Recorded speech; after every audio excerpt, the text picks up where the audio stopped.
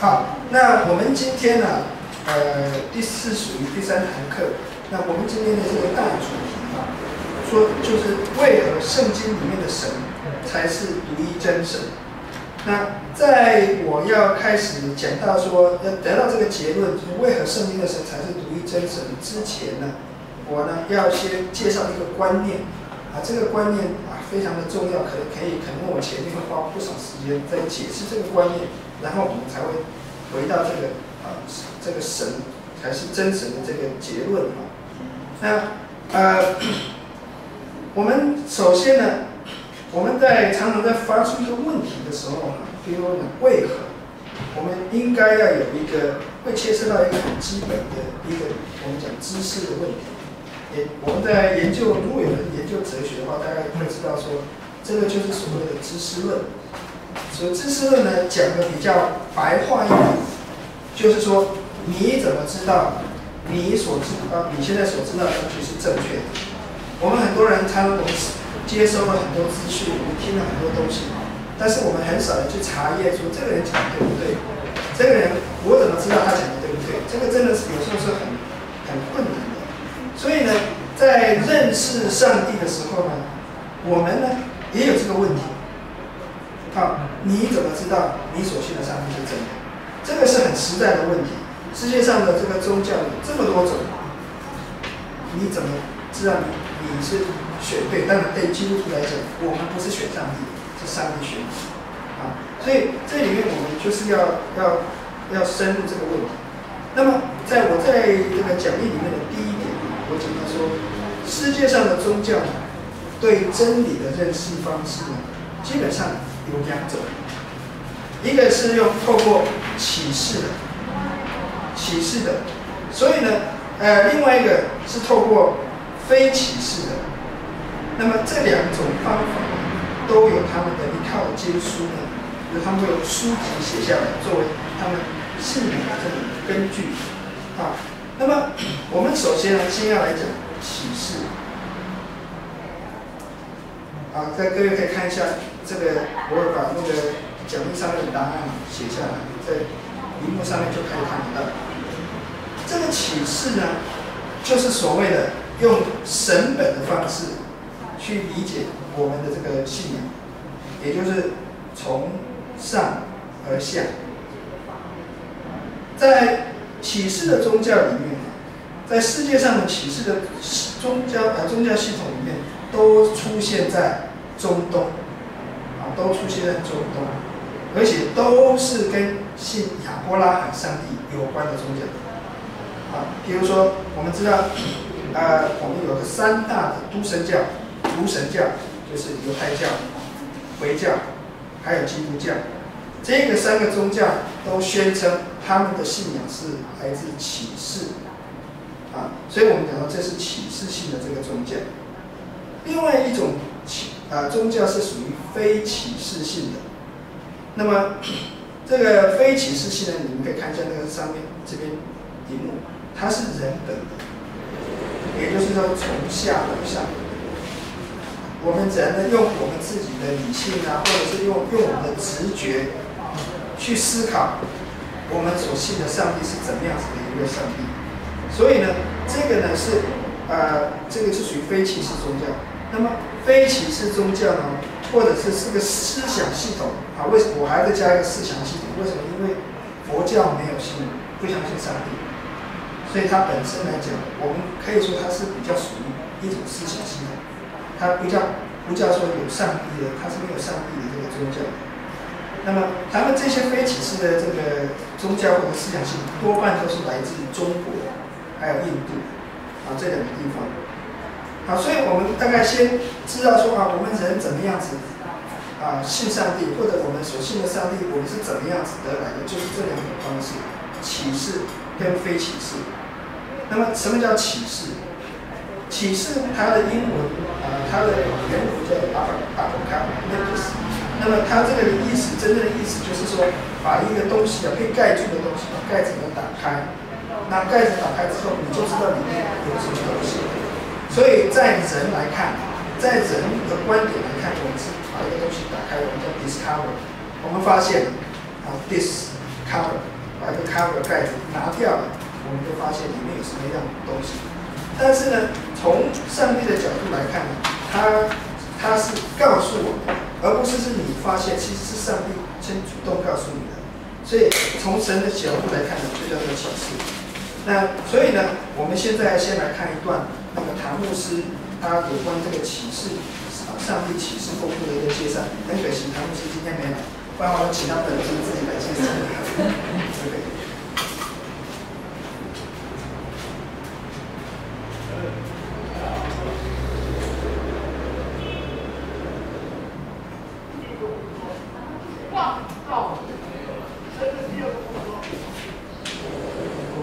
现在你明白了两样了。第三样，神第三样的工作是什么？审判，很好。神的工作，审判，还有什么呢？刑罚，还有什么呢？施恩，还有什么呢？引导，还有什么？赦免，什么？赦免，还有什么？还有什么？照顾，还有什么？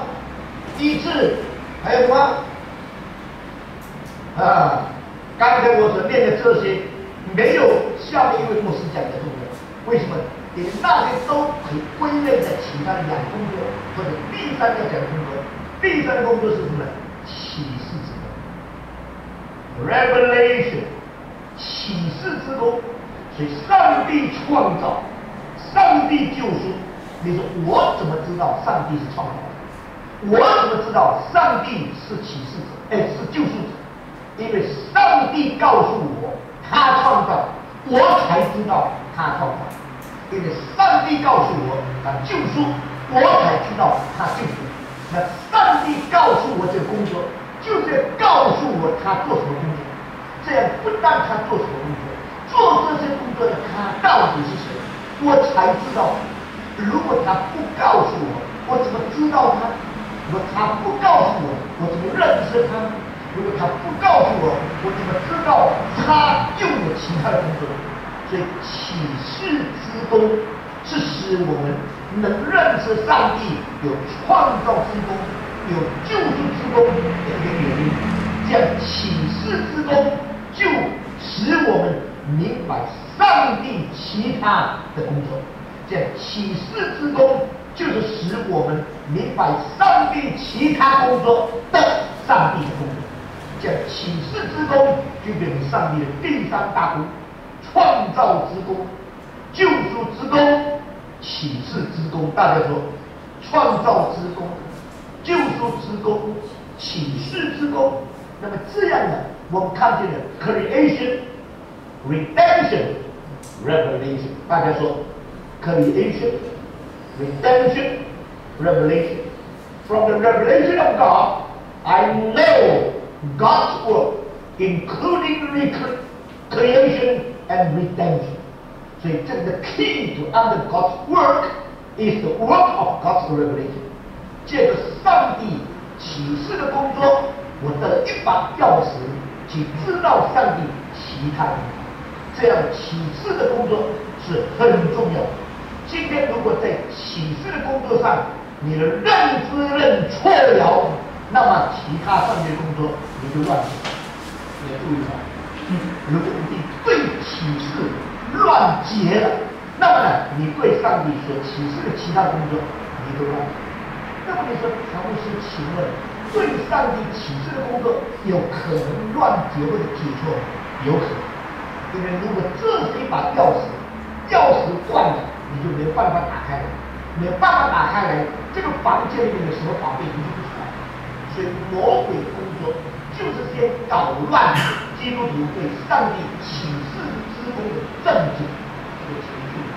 我现在不但把上帝启示之功是一把钥匙，使你知道上帝其他的工作，这个原则告诉你，我也告诉你，魔鬼这个地方有它的总原则，打败对上帝这工作真正的原则。你如果启示之功把它弄断了，启示之功这把钥匙给它弄坏了，那么你就乱解上帝到底启示。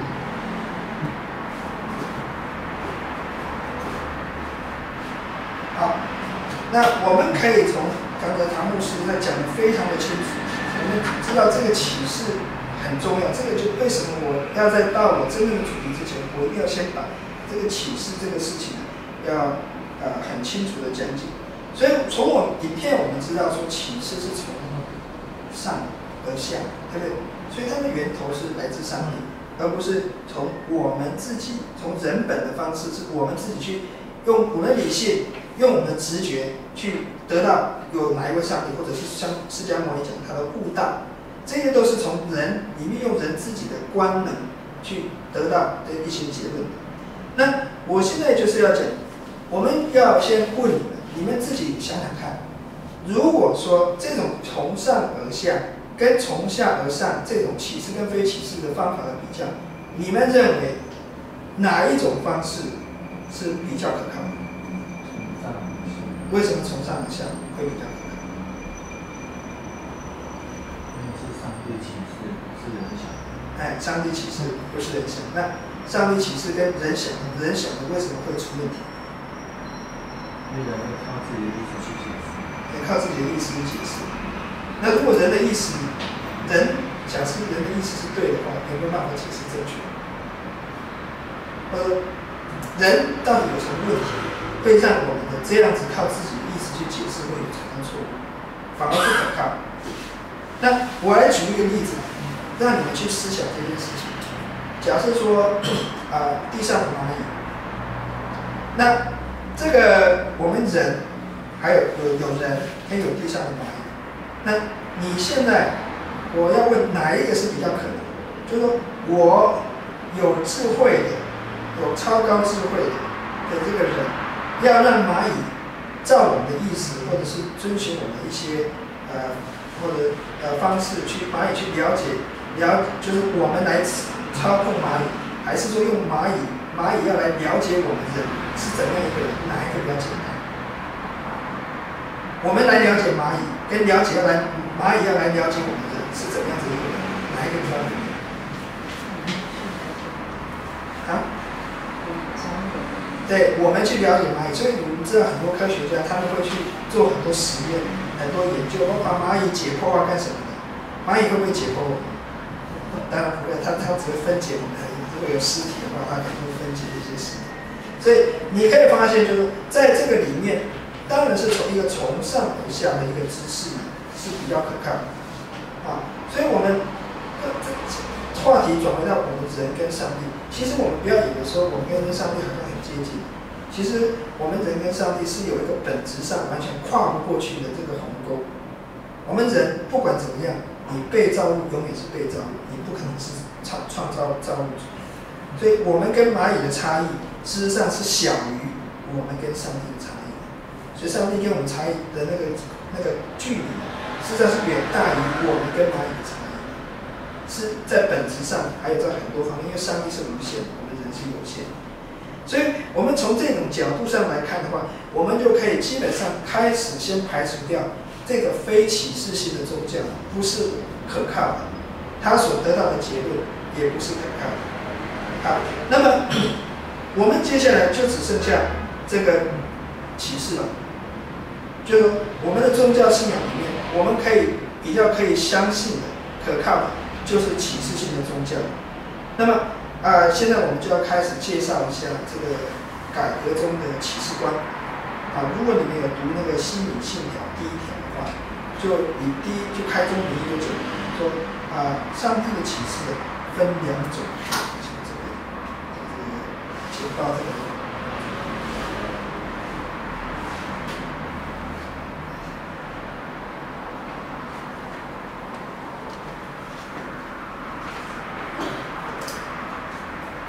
上帝的启示呢分2种，但第一种呢，我们叫做普遍启示，普遍启示。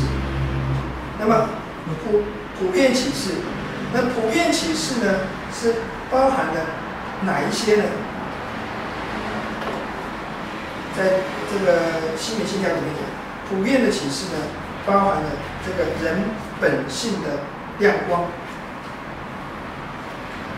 人本性的亮光。第二个，神的创造。神的创造，这个好像我在讲义里面没有列出来，不过我们还是可以，你们可以记下来。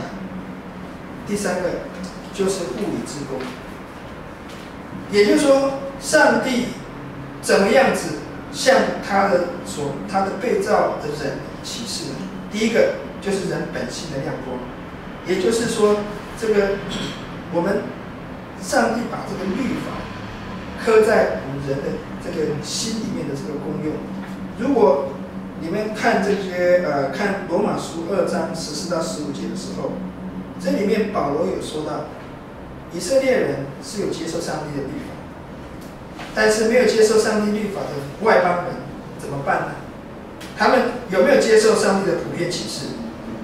事实上是有的。保罗在罗马书2章14到15节里面就讲说，没有律法的外邦人，如果顺着本性去行这个律法上的事呢，他们虽然没有律法，自己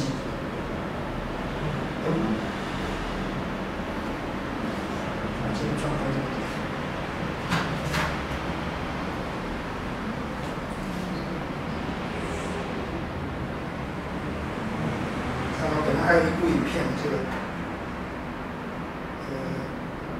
好，等一下我们让他继续做，就是说，没有照这个没有律法的外邦人，虽然没有律法，但是他们自己就是自己的律法，这是显出什么？律法的功用已经刻在他们的心里面。所以我们讲这个叫做人本性的这个亮光，他们有那个是非之心同作见证。这里所谓的保罗讲的是非之心，其实就是我们讲的良心。我们中国人很喜欢讲良心，就是指良心。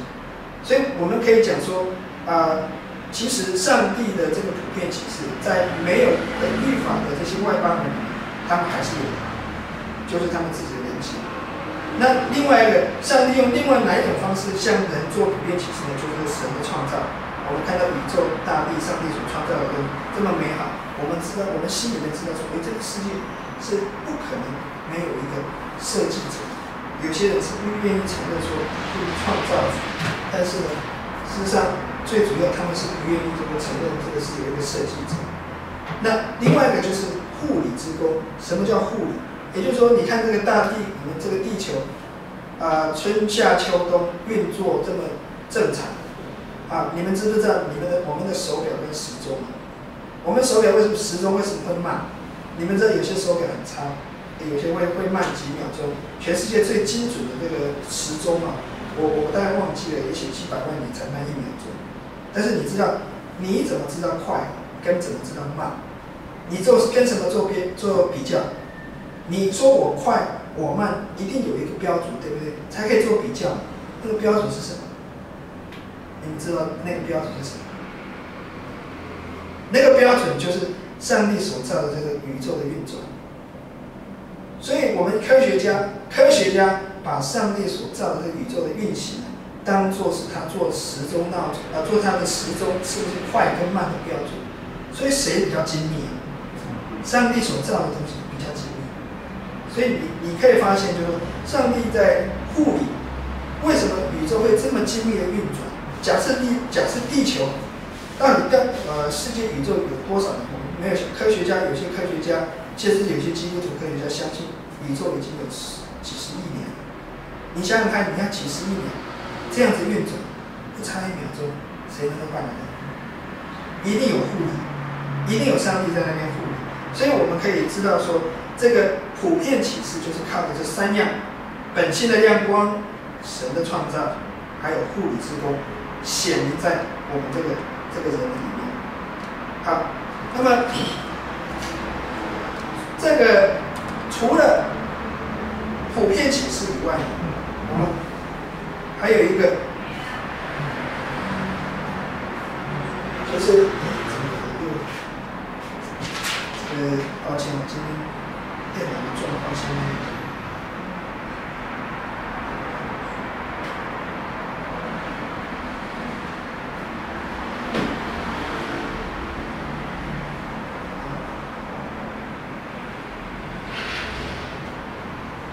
好，还有一个启示，在改革宗里面，我们还有一个启示叫做特殊启示。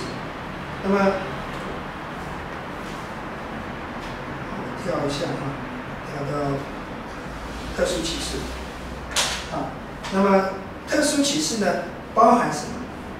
包含就是那个已经写下来，成为一本书的圣经，啊，成为一本书的圣经。那在这个在我们要看特殊启示之前呢，我先给你们看一段影片，啊，但影片是英文的，但是呢，我们有做那个中文的字幕，所以你们还是可以看得懂啊。趁现在已经回来了，赶快放一放。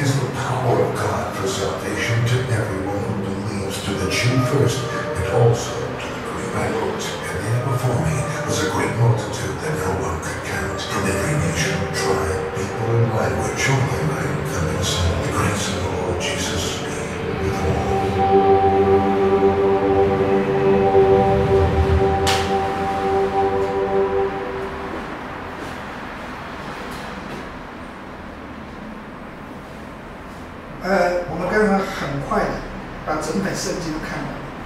当然，这个是用一种很特殊的方式看的。你有没有发现，就是说整个做大概不到5分钟的时间，他这一段影片呢就把这个整个上帝救赎的历史完全都给播放出来。那所以我们可以发现，这个就是我们刚才讲的特殊启示。特殊启示就是这本圣经。好，那么在箴言书，我因为时间上的关系，我大概不会不会把这些经文这个金句呢一个一个念，但是你们可以记下箴言书22章19到21节。箴言书22章19到21节。路加福音1章3到4节。罗马书15章4节。马太福音4章第4节，还有第7节，还有第10节。那么在这些在我刚才所念的那个经节里面，你都会发现他们都是有一个共同的动词，就是记，还有写这个意思。你们可能在读圣经的时候，你们可能没有注意到一件事情。圣经在摩西五经，就是我们讲旧约的前5书，摩西五经的前80章都没有写这个字，都没有记下来写的这个动作。什么时候才有写的动作？晓不晓得？上帝在什么时候写字？摩西颁十诫的时候，上帝用他的手指在经过我们讲刻在石板上，那个是第一次记录上帝的写字。从以前都是只有说话，只有说话，或者是召唤，或者是祝福，都没有记下来。所以呢，真正记载是在摩西颁布十诫后才开始记下来，而从此以后，上帝的话就被记录下来，就被记录下来。所以我们可以知道，就是说这本圣经呢，就是上帝有关他自己，上帝所启示话语的这个记录。那么，所以我们可以知道，这个圣经是我们认识上帝的重要性。你没办法再透过其他的经书。我们刚才有讲，我不是可以透过普遍启示吗？我有良心啊。我们看到大自然创造这么好，我想请问你，如果有些人假设说，因为看了大自然造得这么美好，那我想请问他信的上帝是不是真正的上帝？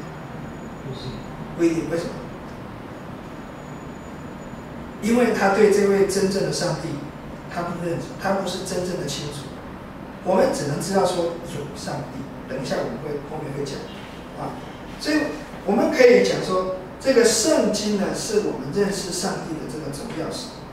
那有一件很重要的事，对基督徒来讲很重要的一件事，就是圣经已经结束了，圣经的书写已经结束。刚才你们看影片，最后是这本书把它关起来，也就是说，你不能再加添任何文字所以这个有很多的这个我们在基督徒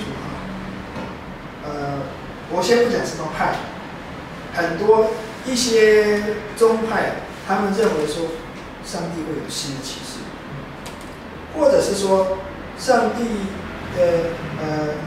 人对这个启示通常有几个反应。第一个，上帝的启示过去上帝的启示错了，因为是人透过人写的，所以上帝的启示不对。第二个，上帝的启示还没有结束，上帝还继续启示。那第三个就是说，上帝的启示不够，我们还要有一些新的启示。所以，当光你如果没有在这一点没有好好认识的话，你的信仰里面你会带来很多的混乱，你会什么话都信，你没有一个标准去检验说到底假设你祷告突然有圣灵感动，你怎么知道这个圣灵感动是对的？你要用什么去检验？所以我们要知道说，上帝的话已经在这个圣经里面完全的讲出来，它里面已经有充足够我们去判定我们生生活，要活尽情，要得到救恩的一切的这个知识。好，所以呢，我们可以知道说，这个这个圣经呢是已经充足了。好，那么我看一下，我们现在来看一下第3点。好，我们花了这么多时间在讲启示，我们现在跳到第3点。启示呢，成为人认识上帝的总钥匙。好，就是这个圣经。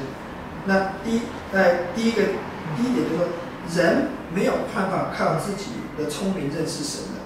你们可以看到那个经节是约伯记11章7节。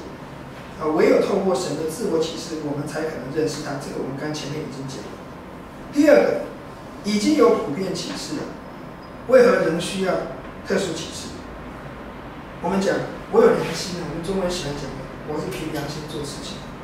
这句话对基督徒可以这么讲，基督徒可以讲是我凭良心做事情，所以我自己认为我的良心认为是对的，我就会做。那你有没有考虑你的良心？你的良心跟圣经的话有没有抵触？但是我们刚才讲了，可是上帝是也给我们良心啊，在保罗罗马书里面讲，也透过这个良心是非之心，让我们就是把那个律法刻在我们心。那到底良心发生了什么事情，让我们这个良心都不准？为什么？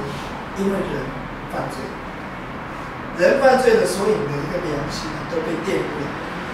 所以唐牧师很有趣，他讲连贼呀都有贼良心，什么意思？贼会讲说：“哎呀，我家有老母，小孩子要养，所以呢，我不得不偷。”这就是他的贼良心。但是这个贼良心跟上帝的诫命是完全冲突的。好，所以你也发现，连人的良心都不可靠。所以罪恶影响到整个人的这个层面是这么大，全部都毁灭。全部都受污染，所以我们没有办法信靠自己的良心。我们一定要用圣经的话来纠正我们的良心。所以这个是很重要的。那还有刚才讲，上帝创造了这个宇宙，我们讲说那我知道，这个宇宙这个运行的这么好，然后宇宙这么漂亮、这么美、这么和谐，我们讲说我就信这个上帝就好。但是上帝要求我们。不是你是只信这样子的上帝，而且因为你的因为罪恶的关系，已经影响你的思考、你的理性的功能，所有全部都受影响。所以当你这样子去从你自己发出去，你想去理解，连那个也都受污染了。所以你没有办法很正确的认识上帝。所以普遍启示还是一直存在的，一直在我们这个现今的社会里面。但是上帝要我们透过他的特殊启示来认识他，来纠正我们对这个普遍启示有不足的，或者是有错误的看法。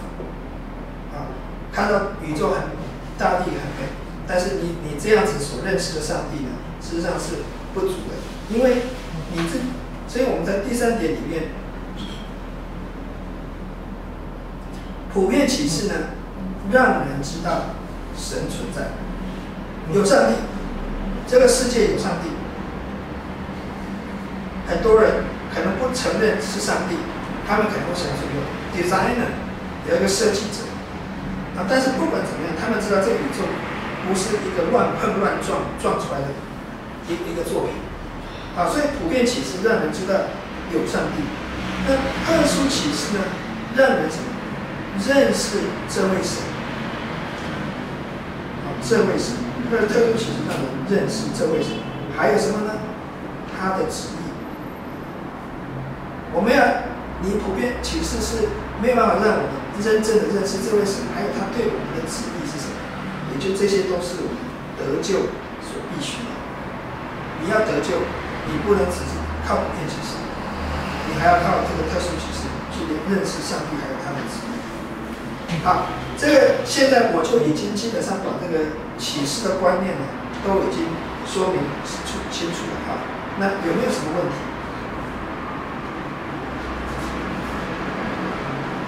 如果没有什么问题的话呢，我们就开始要进入上帝。我们怎么知道圣经里面讲的上帝是真的上帝？首先，当然我们要先从圣经来看，到底是我们所讲的上帝是怎么样子的一个上帝圣经里面在你看我的在我的那个讲义里面有写创世纪1章1节，希伯来书11章6节。圣经里面在怎么样子介绍上帝呢？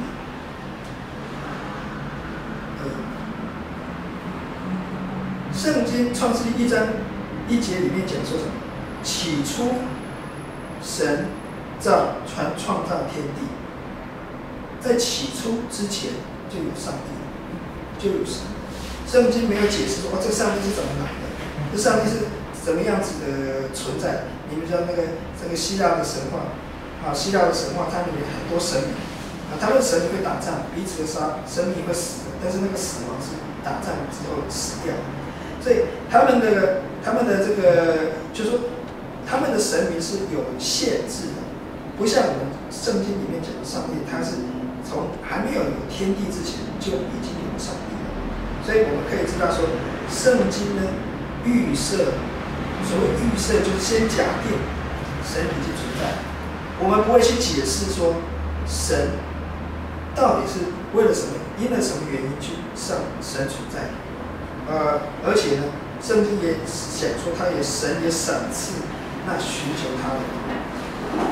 那所以我想就是说，基本上这个圣经里面讲的上帝呢，是超越一切的我们这个被造物的这些的上帝。所以我们先讲是圣经不解释神存在的那个原因，没办法解释，没有人可以证明上帝存在。你们知道这个是，如果有人假如考你一个问题，你怎么知道上帝存在？你证明给我看。你看怎么回答？这个问题可不可以回答？你可以证明上帝吗？没办法。你要用什么证据证他？有哪一个证据可以证明上帝？上帝如果是宇宙中最大的、超越一切的，那请问什么证据可以证明他？所以，当基督徒跟无神论在辩论的时候，其实无神论也发现一个问题，他知道基督徒没办法证明上帝存在，但是无神论也知道，他们也没办法反证上帝的存在，因为他们也没证据。上帝是如此的大到你根本没有一个任何证据可以去证明他，或者是反证他。所以基本上你要告诉回答问题的人，其实说这个东西，这个是一个 silly question， 是个傻问题，没有人可以证明上帝。那你可以跟他这样子解释，因为上帝超越一切的证据，没有一个证据会大到可以证明上帝的。这个是要注意的一件事情。所以呢，我们可以知道圣经就预设神存在，那所以我们讲的人造的上帝不是神，是假神，是偶像。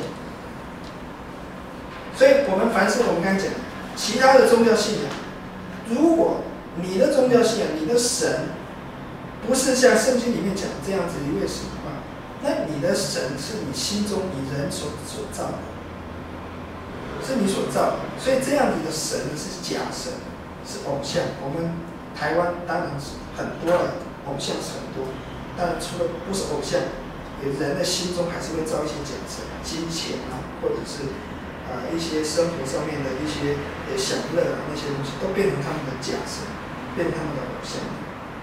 所以这个我们从这两点，我们可以知道说，圣经里面的神才是真神。这位神跟我们人所想的，或者跟其他宗教信仰所讲的那位神是完全不一样的，他是超越一切的存在。那我这边要提一个很有趣的一个故事，就是在英国牛津大学有一个很有名的这个无神论者。他的名字叫做这个 Richard Dawkins， 他常常在全世界跟基督徒辩论，他觉得他自己很厉害，他有很多追随者。那他就写了这一本书叫做《上帝的迷思》（God's Delusion）， 上帝的迷思。他讲说，他里面的那本书，他问一个问题：如果我们相信有个造物主的话，那么我们就要问一个问题。那谁造这个造物主？这个问题其实是一个很傻的问题，因为它不是上帝的定义，或者是造物主的定义，因为他的造物主是可以被造的，所以根本就不是那个造物主，不是我们基督教所讲的那个造物主。那有一位也是他们同校的基督徒的数学家，很有名的，也是基督徒的护教家，叫做 John Lennox。那他就回答他说：“没有人相信被造的造物主啊，当然没有人相信被造的造物主啊，因为那个被造的造物主就是假神，就是偶像嘛。所以没有基督徒是不信那种神的。所以你可以发现，就是这个无神论者他所发出的问题是他自己自打嘴巴，他连定义都搞不清楚。其实不止他了，更早查姆斯他们也是取笑另外一位英国很有名的一个哲学家叫罗素，他也是问的。你说罗素就讲，我们问基督徒，如果说基督徒说这个世界都是上帝造的，那我们问个基督徒，那上帝是谁造的？罗素就这样子跟基督徒发出这样的一个挑战。但是你可以发现，这个人会问这个问题，是因为他对上帝的定义根本就搞不清楚，他错解了这个上帝。好，所以这个第一点，这个圣经里面宣讲的就是说，被造的上帝不是上帝，是假神，是偶像啊。那么圣经呢，宣称呢真神只有一位，也就是圣经所启示的上帝。这个在申命记6章4节在底下我有引用这个经节，申命记6章4节就基本上已经申命他是这么讲的：以色列啊，你要听，耶和华我们神是独一的神。既然我们知道圣经的上帝，圣经已经预设了这个上帝存在，那他又告诉我们，这位上帝只有一位，只有独一的神。那当然了，下礼拜我们的课程是讲到底圣经的神是一位还是三位，我们会讲到三位一体的那个教育所以这个我们这里面我们暂且我们先说一位，然后下礼拜会好好的解释这一位上帝是怎样子的一位上帝。OK， 所以我们今天课程的一些最重要的，我要你们知道的这些总纲有3大点。第一个，启示是认识真神的唯一途径。所以当人家要跟你辩，你怎么知道你的信仰是真的时候，你先从启示开始。你先告诉他，全世界的宗教大概就只有这2种，启示跟非启示。所以我们讲说，启示是认识真神的唯一途径，这是第一点。第二点，特殊启示已经结束了，就是我刚才讲的那个圣经的内容已经结束了，不要再加添了。你再加了，假设你加的东西跟圣经是一样的，是一致的内容的话，你干嘛还在加画蛇添足？没有必要再加。如果你加的是跟圣经相反的，你敢加吗？这本是上帝的书，你敢加吗？所以我们第二点我让你们注意，特殊启示，也就是圣经呢已经结束了。第三点，圣经启示的上帝才是真神。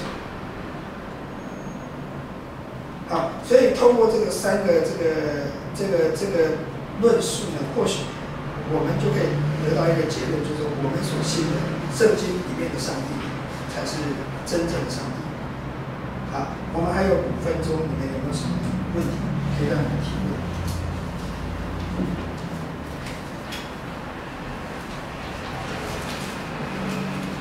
没事。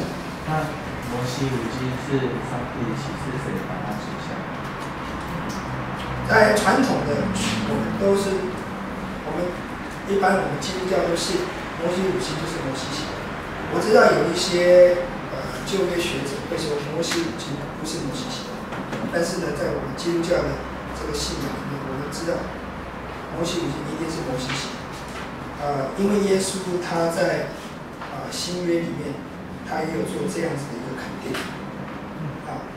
像摩西五经里面写的内容，不可能是那个人有一些内容是根本人看不到的东西。比如上帝创造宇宙的第1天、第2天、第3天，那人都还没出来，那人怎么可能看到那个时候去写这些东西？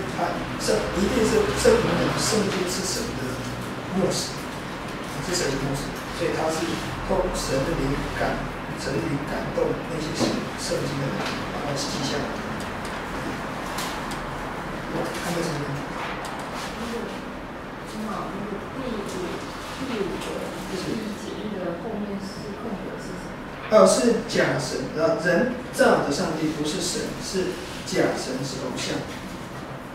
前面应该是前面看到是假神偶像。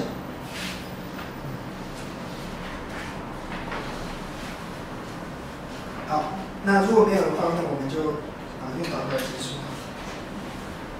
天父，我们感谢你今天能够在透过这个课程里面，我们认识到启示的重要性，认识到启示是认识真实的唯一的途径。感谢主，你自己亲自的向我们这些已经受罪玷污的有限的被造的人呢，向你亲自向我们启示，告诉我们说你是怎么样的一位上帝，而且要我们回到你的面前，回到你的这个怀抱里面。感谢主，你这样子的恩典，让我们这些本来应该是要被与神隔绝的人反而能够有这个机会，能够再回头认识你这位又真又活的神。我们求主今天接下来1个礼拜的活动，也将他们都交在你的手里面。我们这样子感谢祷告，奉耶稣基督的圣名。好，谢谢。